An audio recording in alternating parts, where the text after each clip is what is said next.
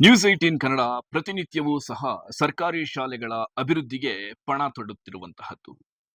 ಕಳಪೆ ಗುಣಮಟ್ಟದ ಹಾಗೂ ಬೀಳುವ ಹಂತದಲ್ಲಿರುವಂತಹ ಸರ್ಕಾರಿ ಶಾಲೆಗಳ ಬಗ್ಗೆ ಗಮನ ಹರಿಸಿ ಅಧಿಕಾರಿಗಳು ಹಾಗೂ ಶಾಸಕರ ಗಮನಕ್ಕೆ ತರುವಂತಹ ಪ್ರಯತ್ನವನ್ನ ನಿರಂತರವಾಗಿ ಮಾಡ್ತಾ ಇದ್ರು ಸಹ ಅಧಿಕಾರಿಗಳು ಹಾಗೂ ಸರ್ಕಾರಿ ಅಧಿಕಾರಿಗಳು ಯಾವುದೇ ರೀತಿಯಾದಂತಹ ಕ್ರಮವನ್ನ ಕೈಗೊಳ್ಳದೇ ಇರುವಂತಹದ್ದು ಪ್ರತಿನಿತ್ಯವೂ ನಡೀತಾ ಇರುವಂತಹ ದುರಂತಗಳಿಗೆ ಸಾಕ್ಷಿಯಾಗ್ತಾ ಇದೆ.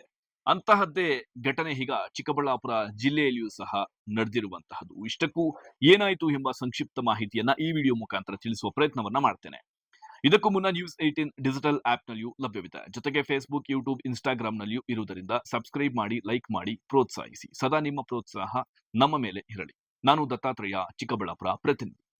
ಹೌದು, ಚಿಕ್ಕಬಳ್ಳಾಪುರ ಜಿಲ್ಲೆಯಲ್ಲಿಯೂ ಸಹ ಸರ್ಕಾರಿ ಶಾಲೆಗಳ ಅಭಿವೃದ್ಧಿಗೆ ಬಹಳಷ್ಟು ಪಣ ತೊಟ್ಟಿರುವಂತಹದ್ದು ನಿಮ್ಮ ನ್ಯೂಸ್ 18. ಅದರಲ್ಲಿಯೂ ಸಹ ವಿಶೇಷವಾಗಿ ಸರ್ಕಾರಿ ಶಾಲೆಗಳ ಬೀಳುವ ಹಂತದಲ್ಲಿರುವಂತಹ ಶಾಲೆಗಳನ್ನ ಗುರಿಯಾಗಿಸಿಕೊಂಡು ಅವುಗಳ ಅಭಿವೃದ್ಧಿಗೆ ವೇಗವಾಗಿ ಮಾಡಬೇಕು ಎಂಬ ಉದ್ದೇಶದಿಂದ ಸ್ಥಳೀಯ ಅಧಿಕಾರಿಗಳು ಜನಪ್ರತಿನಿಧಿಗಳ ಗಮನಕ್ಕೆ ತರುವಲ್ಲಿ ನ್ಯೂಸ್ 18 ಮುಂದಾಗಿರುವಂತಹದ್ದು. ಇಷ್ಟೆಲ್ಲ ಮಾಧ್ಯಮಗಳ ಮುಖಾಂತರ ಸರ್ಕಾರಿ ಶಾಲೆಗಳ ಅಭಿವೃದ್ಧಿಗೆ ಗಮನ ಸೆಳೆಯುವಂತಹ ಪ್ರಯತ್ನ ಮಾಡ್ತಾ ಇದ್ರು ಸಹ ಅಧಿಕಾರಿಗಳು ಮಾತ್ರ ತಮಗೇನು ಸಂಬಂಧ ಇಲ್ಲ ಎಂಬಂತೆ ನಿರ್ಲಕ್ಷ್ಯಕ್ಕೆ ಈಗ ಸಾಕಷ್ಟು ಮಕ್ಕಳು ಬಲಿಯಾಗಿರುವಂತಹ ಪ್ರಕರಣಗಳು ಸಹ ಕಣ್ಣ ಮುಂದೆ ಇರುವಂತಹದ್ದು. ಈಗ ಚಿಕ್ಕಬಳ್ಳಾಪುರ ಜಿಲ್ಲೆ ಚಿಂತಾಮಣಿ ತಾಲೂಕಿನ ದೊಡ್ಡಬೊಮ್ಮನಹಳ್ಳಿ ಗ್ರಾಮದ ಅಂಗನವಾಡಿ ಶಾಲೆಯಲ್ಲಿ ಮೇಲ್ಚಾವಣಿ ಕುಸಿತದ ಪ್ರಕರಣ ಈಗ ಗ್ರಾಮಸ್ಥರನ್ನು ಹಾಗೂ ಚಿಕ್ಕಬಳ್ಳಾಪುರ ಜಿಲ್ಲೆಯ ಜನತೆಯನ್ನ ಬೆಚ್ಚಿ ಬೀಳಿಸಿರುವಂತಹದ್ದು. ಶಾಲೆಯಲ್ಲಿ ಇನ್ನೇನು ಸ್ವತಂತ್ರ ದಿನಾಚರಣೆಗೆ ಸಿದ್ಧತೆಯನ್ನ ಮಾಡಿಕೊಂಡು ಬರಲಾಗ್ತಾ ಇದೆ. ಪುಟ್ಟ ಪುಟ್ಟ ಪುಟಾಣಿ ಮಕ್ಕಳು ಅಂಗನವಾಡಿ ಶಾಲೆಯಲ್ಲಿ ನೃತ್ಯ ಸಂಗೀತವನ್ನ ಕಲಿಯುತ್ತಿದ್ದಂತಹ ಸಂದರ್ಭದಲ್ಲಿ ಏಕಾಏಕಿ ಅಂಗನವಾಡಿ ಶಾಲೆಯ ಮೇಲ್ಚಾವಣಿ ಕುಸಿದು ಬಿದ್ದು 4 ಜನ ಪುಟ್ಟ ಮಕ್ಕಳಿಗೆ ಗಂಭೀರ ಗಾಯಗೊಂಡು ಆಸ್ಪತ್ರೆಗೆ ದಾಖಲಾಗಿರುವಂತಹದ್ದು. ಇನ್ನು ಈ ಒಂದು ಅಂಗನವಾಡಿ ಶಾಲೆಯಲ್ಲಿ 12 ಜನ ಪುಟಾಣಿಗಳು ಪಾಠವನ್ನ ಸಹ ಕಲಿಯುತ್ತಿರ್ತಾರೆ. ಪ್ರತಿನಿತ್ಯದಂತೆ ಪಾಠವನ್ನ ಕಲಿತಾರೆ. ಸ್ವತಂತ್ರ ದಿನಾಚರಣೆ ಹಿನ್ನೆಲೆ ಶಿಕ್ಷಕಿಯಾದಂತಹ ಭಾಗ್ಯಲಕ್ಷ್ಮಿ ಮಕ್ಕಳಿಗೆ ನೃತ್ಯ ಹಾಗೂ ಹಾಡನ್ನ ಹೇಳಿಕೊಡುವುದರಲ್ಲಿ ನಿರತರಾಗಿರ್ತಾರೆ. ಈ ಸಂದರ್ಭದಲ್ಲಿ ಏಕಾಏಕಿ ಮೇಲ್ಚಾವಣಿ ಬಿದ್ದು 4 ಜನ ಮಕ್ಕಳಿಗೆ ಗಾಯಗಳಾಗಿದ್ದು ಕೂಡಲೇ ಸ್ಥಳೀಯರ ನೆರವಿನಿಂದ ಚಿಕ್ಕಬಳ್ಳಾಪುರ ಜಿಲ್ಲೆಯ ಚಿಂತಾಮಣಿ ನಗರದ ಖಾಸಗಿ ಆಸ್ಪತ್ರೆಯಲ್ಲಿ ಒಬ್ಬ ಬಾಲಕಿಗೆ ಚಿಕಿತ್ಸೆಯನ್ನ ಕೊಟ್ಟಿದ್ರೆ, ಕುರುಬೂರು ಸರ್ಕಾರಿ ಆಸ್ಪತ್ರೆಯಲ್ಲಿ ಉಳಿದ 3 ಚಿಕಿತ್ಸೆಯನ್ನ ಕೊಡಲಾಗಿದೆ. ಅದರಲ್ಲಿಯೂ ಸಹ ಒಬ್ಬ ಬಾಲಕಿಗೆ ಗಂಭೀರವಾದಂತಹ ಗಾಯಗಳಾಗಿದ್ದು 7 ಹೊಲಿಗೆಗಳು ಸಹ ಬಿದ್ದಿರುವಂತಹದ್ದು.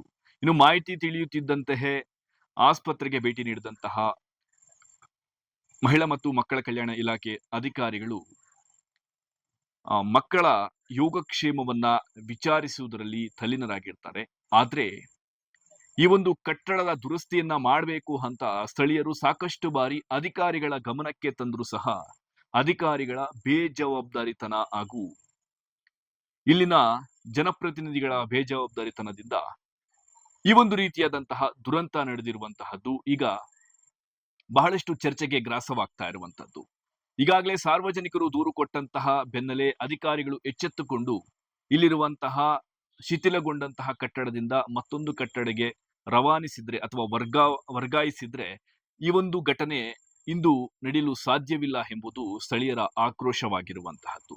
ಏಕೆಂದ್ರೆ ಸಾಕಷ್ಟು ರೀತಿಯಾದಂತಹ ಕಳಪೆ ಗುಣಮಟ್ಟದ ಕಾಮಗಾರಿಯೂ ಸಹ ಇದಕ್ಕೆ ಕಾರಣ ಎಂಬುದು ಮಾಹಿತಿ ಸ್ಥಳೀಯರು ಆರೋಪವನ್ನ ಮಾಡಿರುವಂತಹದ್ದು. ಆದ್ರೂ ಸಹ ಅಧಿಕಾರಿಗಳು ಯಾಕೆ ಇಷ್ಟರ ಮಟ್ಟಿಗೆ ನಿರ್ಲಕ್ಷ್ಯವನ್ನ ತೋರ್ತಾ ಇದ್ದಾರೆ ಎಂಬುದು ಈಗ ಜನರ ಆಕ್ರೋಶಕ್ಕೆ ಕಾರಣವಾಗ್ತಾ ಇರುವಂತಹದ್ದು. ಇನ್ನು ಈಗಾಗಲೇ ಸಾಕಷ್ಟು ಬಾರಿ ನ್ಯೂಸ್ 18 ನಲ್ಲಿ ಸರ್ಕಾರಿ ಶಾಲೆಗಳ ಅಭಿವೃದ್ಧಿ ಬಗ್ಗೆ ಸುದ್ದಿ ಬಿತ್ತರಿಸಲಾಗ್ತಾ ಇದೆ. ಆದ್ರೂ ಸಹ ಇದಕ್ಕೆ ಸಂಬಂಧಪಟ್ಟ ಅಂತಹ ಅಧಿಕಾರಿಗಳು ಎಚ್ಚೆತ್ತುಕೊಂಡು ಜಿಲ್ಲೆಯಲ್ಲಿ ಯಾವ ರೀತಿಯಾದಂತಹ ಶಾಲೆಗಳ ಗುಣಮಟ್ಟ, ಮೇಲ್ಚಾವಣಿ ಹಾಗೂ ಕಟ್ಟಡಗಳ ಬಗ್ಗೆ ದುರಸ್ತಿ ಬಗ್ಗೆ ಸೂಕ್ತವಾದಂತಹ ಮಾಹಿತಿಯನ್ನ ಕಲೆ ಹಾಕಿಕೊಂಡು ಅವುಗಳ ದುರಸ್ತಿಗೆ ಮುಂದಾಗಬೇಕಾಗಿರುತ್ತೆ. ಆದ್ರೆ ಕೇವಲ ಇಂತಹ ದುರಂತಗಳು ನಡೆದಂತಹ ಸಂದರ್ಭದಲ್ಲಿ ಮಾತ್ರ ಅಧಿಕಾರಿಗಳು ಕ್ಷಣ ಮಾತ್ರಕ್ಕೆ ಆ ಘಟನಾ ಸ್ಥಳಗಳಿಗೆ ವಾಲಿ ಅಲ್ಲಿನ ಪೋಷಕರನ್ನ ಮನವೊಲಿಸುವಂತಹ ಪ್ರಯತ್ನಕ್ಕೆ ಮುಂದಾಗ್ತಾ ಇರುವಂತಹದ್ದು ನಿಜವಾಗ್ಲೂ ಒಂದು ದುರದೃಷ್ಟಕರ ಎಂದರೆ ತಪ್ಪಾಗಲಾರದು.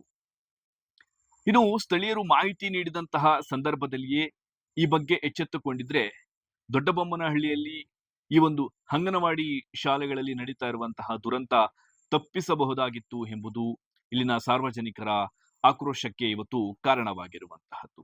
ಇವತ್ತು ನಮ್ಮೂರಲ್ಲಿ ಒಂದು ಅಂಗನವಾಡಿ ಕಟ್ಟಡ ಮೇಲ್ಛಾವಣಿ ಕುಸಿದು ಒಂದು 5-6 ಜನ ಮಕ್ಕಳಿಗೆ ಗಾಯಗಳಾಗಿದ್ದಾರೆ. ಈ ಥರ ನಮ್ಮೂರಲ್ಲಿ ಸುಮಾರು ವೆಂಕಟರೆಡ್ಡಿ ಅಂತೇಳಿ ಒಂದು 40 ವರ್ಷದಿಂದ ಗ್ರಾಮ ಪಂಚಾಯತಿ ಸದಸ್ಯರು. ಅವ್ರ ಮಗ ರವಿ ಅಂತ ಕಾಂಟ್ರಾಕ್ಟ್ ಕೆಲಸ ಮಾಡೋದು.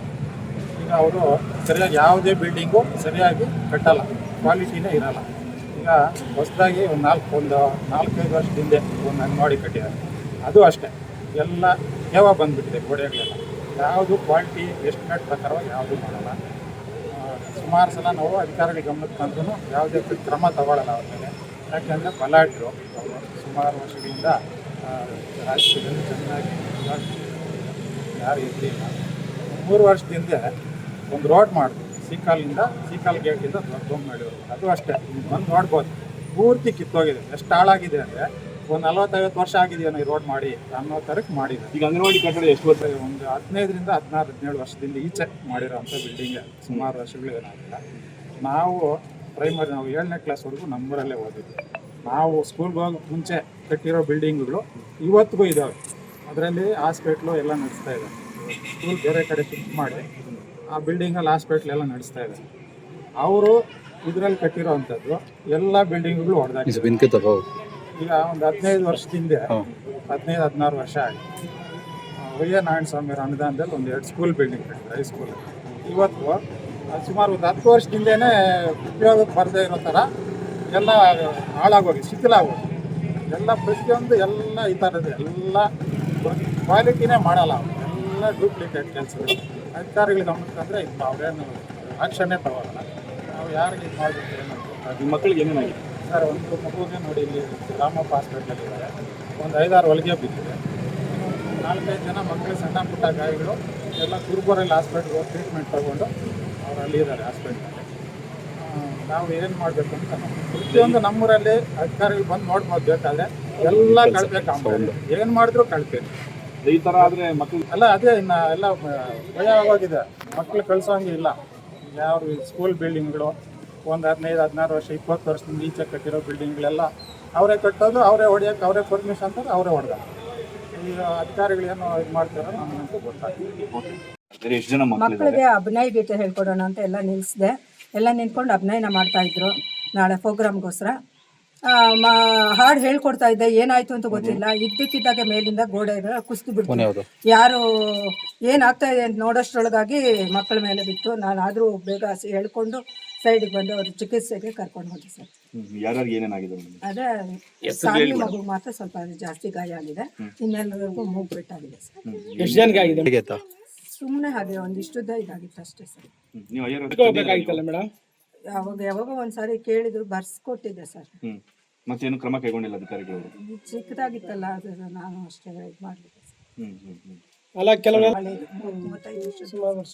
ಇನ್ನು ಘಟನೆಗೆ ಸಂಬಂಧಿಸಿದಂತೆ ಇವತ್ತು 4 ಜನ ಮಕ್ಕಳಲ್ಲಿಯೂ ಸಹ ಗಾಯಗಳಾಗಿ, ಸಣ್ಣ ಪುಟ್ಟ ಗಾಯಗಳಾಗಿ ಯಾವುದೇ ಪ್ರಾಣಾಪಾಯವಿಲ್ಲದೆ ಪಾರಾಗಿರುವಂತಹದ್ದು. ಸ್ಥಳಕ್ಕೆ ಭೇಟಿ ಕೊಟ್ಟಂತಹ ಅಧಿಕಾರಿಗಳು ಕೂಡಲೇ ಈ ಒಂದು ಅಂಗನವಾಡಿ ಶಾಲೆಯನ್ನ ಬಿಟ್ಟು ಮತ್ತೊಂದು ಮನೆಗೆ ವರ್ಗಾವಣೆಯಾಗಬೇಕು, ಜೊತೆಗೆ ಬಾಡಿಗೆ ಮನೆಯನ್ನ ಸ್ವೀಕರಿಸಿ ಅಲ್ಲಿ ಒಂದು ಅಂಗನವಾಡಿ ಶಾಲೆಯ ಮಕ್ಕಳಿಗೆ ಪಾಠ ಪ್ರವಚನಗಳನ್ನ ಮಾಡಬೇಕು ಅಂತ ಕೂಡಲೇ ಒಂದು ತಕ್ಷಣ ಆದೇಶವನ್ನ ಹೊರಡಿಸಿರುವಂತಹದ್ದು. ಇನ್ನು ಇದೇ ಒಂದು ಆದೇಶವನ್ನ ಈ ಘಟನೆಯ ಮುಂಚೆ ಮಾಡಿದ್ರೆ ಈ ಒಂದು ದುರಂತ ತಪ್ಪಿಸಬಹುದಿತ್ತು ಎಂಬುದು ಸ್ಥಳೀಯರ ಆಕ್ರೋಶಕ್ಕೂ ಕಾರಣವಾಗಿರುವಂತದ್ದು. ಏನೇ ಆಗ್ಲಿ, ಅಧಿಕಾರಿಗಳ ನಿರ್ಲಕ್ಷ್ಯಕ್ಕೆ ಇವತ್ತು ಪುಟ್ಟ ಬಾಲಕಿಯರು ಗಂಭೀರ ಗಾಯಗೊಂಡು ಆಸ್ಪತ್ರೆಗೆ ಪಾಲಾಗಿರುವಂತಹದ್ದು. ಇಲ್ಲಿ ಅಧಿಕಾರಿಗಳಿಗೆ ಇಳಿಶಾಪವಾಗುವಂತಹ ಘಟನೆ ಇದೊಂದಾಗಿದೆ ಎಂದರೆ ತಪ್ಪಾಗಲಾರದು. ಇನ್ನಾದರೂ ಎಚ್ಚೆತ್ತುಕೊಂಡು ಅಧಿಕಾರಿಗಳು ಚಿಕ್ಕಬಳ್ಳಾಪುರ ಜಿಲ್ಲೆಯಾದ್ಯಂತ ಎಷ್ಟು ಶಿಥಿಲಗೊಂಡಿರುವಂತಹ ಶಾಲೆಗಳಿವೆ ಎಂಬುದನ್ನ ಗುರುತಿಸಿ ಕೂಡಲೇ ದುರಸ್ತಿ ಮಾಡಿಸಿ ಮುಂದಾಗುವಂತಹ ಅನಾಹುತಗಳನ್ನ ತಪ್ಪಿಸಬೇಕು ಎಂಬುದೇ News18 ಡಿಜಿಟಲ್ ಕಂಟೆಂಟ್ನ ಮನವಿಯಾಗಿದೆ. ಇದೇ ಇವತ್ತಿನ News18 ಡಿಜಿಟಲ್ ಕಂಟೆಂಟ್ನ ವಿಶೇಷ. ನಾನು ದತ್ತಾತ್ರೇಯ, ಚಿಕ್ಕಬಳ್ಳಾಪುರ ಪ್ರತಿನಿಧಿ. ನಿರ್ಭೀತ, ನಿಷ್ಪಕ್ಷಪಾತ, ವಿಶ್ವಾಸಾರ್ಹ ಸುದ್ದಿಗಳಿಗೆ ಮತ್ತೊಂದು ಹೆಸರಾಗಿರುವ News18 ಕನ್ನಡ ಈಗ ಆಪ್ನಲ್ಲೂ ಲಭ್ಯವಿದೆ. ದಯವಿಟ್ಟು ಇಲ್ಲಿರುವ QR ಕೋಡ್ ಸ್ಕ್ಯಾನ್ ಮಾಡಿಕೊಂಡು ಆಪ್ ಡೌನ್ಲೋಡ್ ಮಾಡೋದಕ್ಕೆ ಮರಿಬೇಡಿ. ನಿಮ್ಮ ಬೆಂಬಲ ಹೀಗೆ ಸದಾ ನಮ್ಮೊಂದಿಗಿರಲಿ. ಧನ್ಯವಾದ.